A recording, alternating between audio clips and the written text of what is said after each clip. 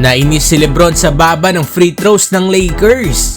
So natalo nga ang Los Angeles Lakers sa laban nga nila kahapon kontra sa Phoenix Suns sa score na 123-113. Most of the time nga ay naghahabol ang Lakers sa Suns, makahabol nga man sila ay agad nga rin nakaagawa ng run ang Suns. At sa post-game interview ay parang hindi nga masaya ang Lakers sa nangyari. Para nga dito kay Coach Darvin Ham ay hindi nga daw naging magandang depensa ng Lakers, lalo na nga sa first quarter, kung saan nga ay namigay nga sila ng 45 points at siyam na free throws attempts dito nga sa Phoenix Suns. Ayos naman daw ang second at third quarter ng Lakers. Ang naging problema nga lang daw nila ulit ay ang mabagal nga na simula at mga hindi magagandang fouls. At tinalo nga rin daw sila mga idol ng offensive rebounds. Pero hindi nga daw natuwa ito si Darvin Ham na 8 free throws lang na ibigay nga sa kanila. Dahil normally nga daw ay physical maglaro ang Lakers. At kapag Lakers nga daw ang nadepensa ay mabilis nga daw na pumipito ang mga referees. Kahit pa nga daw maganda ang depensa na laruin ng Lakers ay pipito at pipito nga daw mga referees. So hindi nga natutuwa ito si Coach Darvin Ham. Para naman kay Anthony Davis mga idol ay itong rebounding at 3-point shooting ng Suns ang nagpahirap nga sa kanila.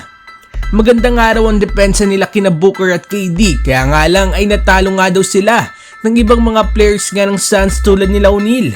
At dahil alam nga daw ng Lakers na struggling sila sa 3-point line ay nabubuhay nga daw sila sa painted area.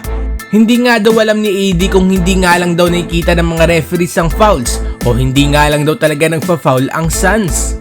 Pero parang sa kanya mga idol ay feeling nga daw ni AD na nafa-foul nga daw talaga siya ng maraming beses. Parte nga daw ng DNA ng Lakers ang mapunta nga sa free throw line.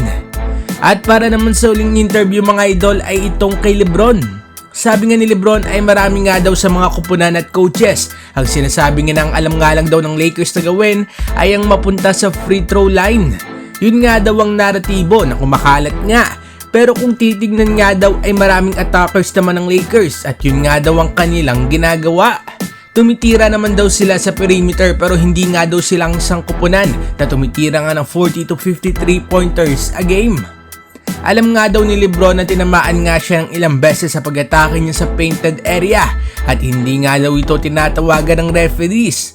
So disappointed nga mga idol itong si LeBron James sa season low ng Lakers na only 8 free throw attempts. Para nga sa Lakers mga idol ay kung naging patas nga daw ang tawagan ay baka mas naging maganda nga ang laban at nakahabol nga sila. Ano masasabi ninyo dito mga idol? Agree ba kayo dito sa mga Los Angeles Lakers o hindi? Mag-komenta sa baba at ating babasahin yan. Huwag kakalimutan na mag-like at subscribe para sa iba pang balitang NBA.